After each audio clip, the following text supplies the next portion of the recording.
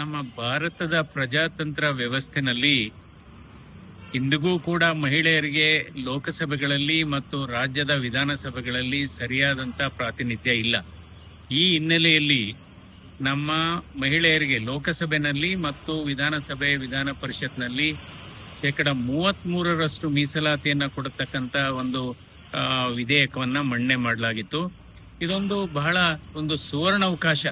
ನಮ್ಮ ಪ್ರಜಾಪ್ರಭುತ್ವದ ವ್ಯವಸ್ಥೆಯಲ್ಲಿ ನಮ್ಮ ಮಹಿಳಾ ಸಮುದಾಯಕ್ಕೆ 33% ಮಹಿಳಾ ಮೀಸಲಾತಿಯನ್ನು ಕೊಡುವಂಥದ್ದು ಸುವರ್ಣ ಅವಕಾಶವನ್ನ ನಿನ್ನೆ ಅದನ್ನ ಪಾಸ್ ಆಗ್ಲಿಕ್ಕೆ ಬಿಡಲಿಲ್ಲ ವಿರೋಧ ಪಕ್ಷದವರು.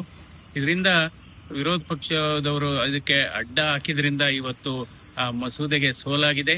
ಇದು ನಿಜವಾಗ್ಲೂ ನಾವು ನಮ್ಮ ಮಹಿಳಾ ಸಮುದಾಯಕ್ಕೆ ಮಾಡತಕ್ಕಂಥ ಒಂದು ದೊಡ್ಡ ಅವಮಾನ ಅಥವಾ ಅಪಮಾನ ಮತ್ತು ಅಗೌರವ ಅಂತ ನನ್ನ ಭಾವನೆ. ಯಾಕೆಂದ್ರೆ ಅವರನ್ನ ಮುಖ್ಯವಾಹಿನಿಗೆ ತರತಕ್ಕಂಥ ವ್ಯವಸ್ಥೆ ಆಗಬೇಕಾಗಿತ್ತು.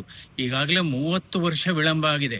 1996ನೇ ಇಸ್ವಿನಲ್ಲಿ ಸನ್ಮಾನ್ಯ ದೇವೇಗೌಡರು ಪ್ರಧಾನಮಂತ್ರಿ ಆಗಿದ್ದಾಗ ಈ ವಿಧೇಯಕವನ್ನು ಮಂಡಿಸಿದ್ರು, ಆದರೆ ಅದು ಅನುಮೋದನೆ ಸಿಗಲಿಲ್ಲ.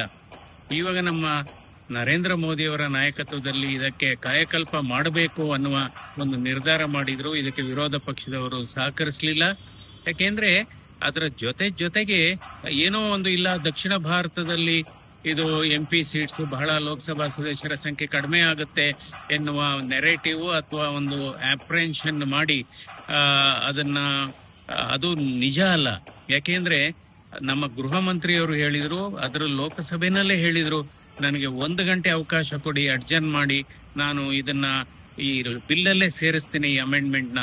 ಅಂದ್ರೆ ನಾವು ಪ್ರಪೋರ್ಷನೇಟ್ ಆಗಿ 50% ಇನ್ಕ್ರೀಸ್ ಮಾಡತಕ್ಕಂತ ಒಂದು ವಿಧೇಯಕವನ್ನು ಕೂಡ ಮಂಡಿಸೋಣ ಅಂತಾನು ಹೇಳಿದ್ರು. ಅದರಿಂದ ಏನಾಗ್ತಾ ಇತ್ತು, ನಮ್ಮ ದಕ್ಷಿಣ ಭಾರತದ ರಾಜ್ಯಗಳಿಗೆ ಕರ್ನಾಟಕವೂ ಸೇರಿ ಈಗ ನಮ್ದು 28 ಇತ್ತು, 42 ಆಗ್ತಾ ಇತ್ತು. ತಮಿಳುನಾಡು 39 ಇತ್ತು, 59 ಆಗ್ತಾ ಇತ್ತು. ಆದ್ರೆ ಎಲ್ಲೋ ಒಂದ್ ಕಡೆ ಇವಾಗ ಹೇಳ್ತಾರೆ, ಪ್ರಿಯಾಂಕಾ ಗಾಂಧಿ ಅವರು, ಸನ್ಮಾನ್ಯ ಪ್ರಿಯಾಂಕಾ ಗಾಂಧಿ ಅವರು ಹೇಳ್ತಾರೆ, ಇಲ್ಲ 2023ನೇ ನಲ್ಲಿ ಏನು ಪಾಸ್ ಆಗಿತ್ತು ಇದು ಈ ಮಸೂದೆ, ಅದನ್ನೇ ಕಾರ್ಯರೂಪಕ್ಕೆ ತನ್ನಿ ಅಂತ ಹೇಳ್ತಾರೆ. ಅಂದ್ರೆ 543 ಒಳಗಡೆನೆ 33% ರಿಸರ್ವೇಶನ್ ಕೊಟ್ರೆ ಸರಿಯಾಗುತ್ತೆ ಅಂತ ಹೇಳ್ತಾರೆ. ಅವ್ರ ಪಕ್ಷದ ಗಂಡಸರುಗಳೇ ಇದನ್ನ ಒಪ್ಪೋದಿಲ್ಲ. ಹೀಗಾಗಿ ಇವತ್ತು ಏನೋ ಒಂದು ಸುವರ್ಣ ಅವಕಾಶ ಕೈ ಚೆಲ್ಲಿ ಹೋಯ್ತು. ಆದ್ರೆ ಇದು ನಿಜವಾಗ್ಲೂ ನಮ್ಮ ಮಹಿಳಾ ಸಮುದಾಯಕ್ಕೆ ಮಾಡಿದಂತ ದೊಡ್ಡ ಅಪಚಾರ ಅಂತ ಅನಿಸುತ್ತೆ ನನಗೆ. ಯಾಕೆಂದ್ರೆ ಇದು ಎಲ್ಲರೂ ಕೂಡ ಒಂದಾಗಿ ಮಾಡತಕ್ಕಂತ ಒಂದು ವಿಧೇಯಕ.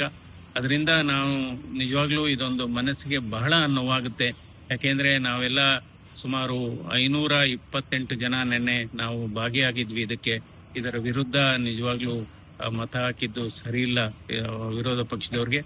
ಹೀಗಾಗಿ ಅಂದ್ರೆ ನಾವು ಇದು 543ರಿಂದ ಈಗ 850 ಪ್ರಪೋರ್ಷನೇಟ್ಗೆ ಆಗ್ತಾ ಇತ್ತು.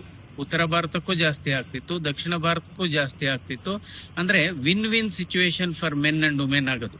ವಿನ್ ಸಿಚುವೇಶನ್ ಅಂದ್ರೆ ಗಂಡಸರು ಸೀಟ್ಸು ಹಾಗೆ ಸುರಕ್ಷಿತವಾಗಿರೋದು, ಮತ್ತೆ ಹೆಂಗಸರಿಗೆ ಕೂಡ ಮೀಸಲಾತಿ ಸಿಗ್ತಾ ಇತ್ತು.